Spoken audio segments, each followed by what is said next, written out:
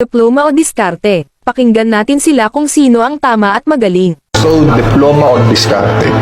Unang-una, wala akong masyadong bilib sa sistema ng pag-aaral dito sa Pilipinas. Kasi karamihan ng na-experience ko sa journey on how to have a successful life, wala ako halos nagamit masyado. Nagaling sa eskwela. Ito seryoso to, real talk lang. Wala talaga ako halos nagamit. Ang nagamit ko is self-earned knowledge. Yun ang mga nagamit ko. Kasi naniniwala ako na yung school, it could make you a living. Pero yung sarili mong pag-aaral, it could make you a fortune. So, doon talaga ako nag-focus. Tsaka, hindi na din ako babalik sa college. So, kung tatanungin mo kung diploma o diskarte, hindi na mahalaga.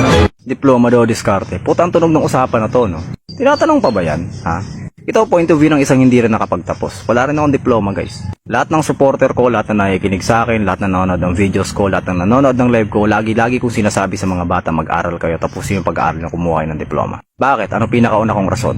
Nasa Pilipinas ka. Pilipino ka. Pilipinas, sobrang taas ng standards, mababa sahod. Mag-a-apply ka ng kahera sa mall, dapat college graduate. Na-imagine yun. Kung gaano kahirap ang buhay ng walang tinapos sa Pilipinas. Pangalawa, madalas respeto sa'yo ng tao nakadepende kung ano tinapos mo. Pag wala kang tinapos, wala silang respeto sa'yo. Kayo kung gusto nyo maranasan yun. Pangatlo, di ko maintindihan tong mga motivational speaker na to na nagsasabing, wag na kayo mag-aral, dumiskarte na lang kayo, mas importante yung diskarte kaysa diploma. Tapos wala silang diploma. So saan sila kumukuha ng comparison? Paano nila nasasabi na mas okay yung diskarte sa diploma kung hindi nga nila naranasan na magka-diploma? Paano mo magkukumpara yung isang bagay na hindi mo nga nakuha? Diba? Ano yun? Hula-hulaan lang, ganon? Trip-trip? Pangatlo, sige, sabihin na natin. Nakinig ka nun sa mga motivational speaker na diskarte na lang, huwag na kayo mag-aaral. Ano ba makukuha mo pag nakinig kayo sa kanila? Wala.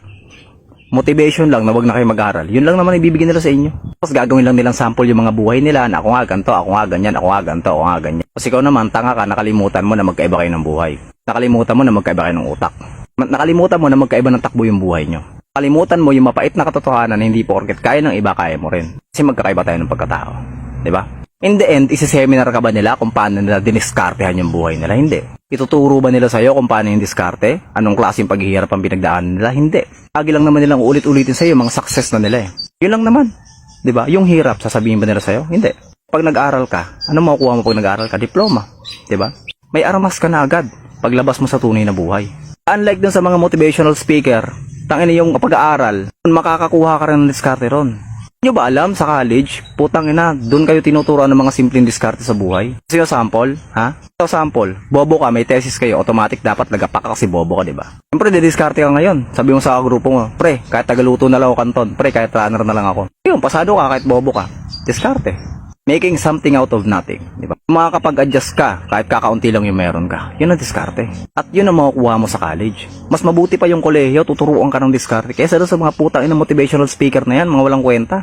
Ang pinaka nakakatawa doon, isasample pa nila minsan, si Mark Zuckerberg. Si Mark Zuckerberg nga, undergraduate pero bilyonaryo na ngayon. Puta na si Mark Zuckerberg, henyo yun. IQ nun, 152. Kasi ikaw naman natatanga-tanga ka, hindi mo nga alam kung ano yung square root ng 12, naniwala ka naman. Alam nyo dapat gawin yung motivation? Si Johnny Sins.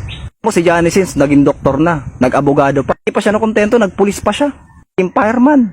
Minsan naging astronaut pa nga. Tapos ikaw, wala ka nang bilang, ayaw pa mag-aral. Kulit mo naman.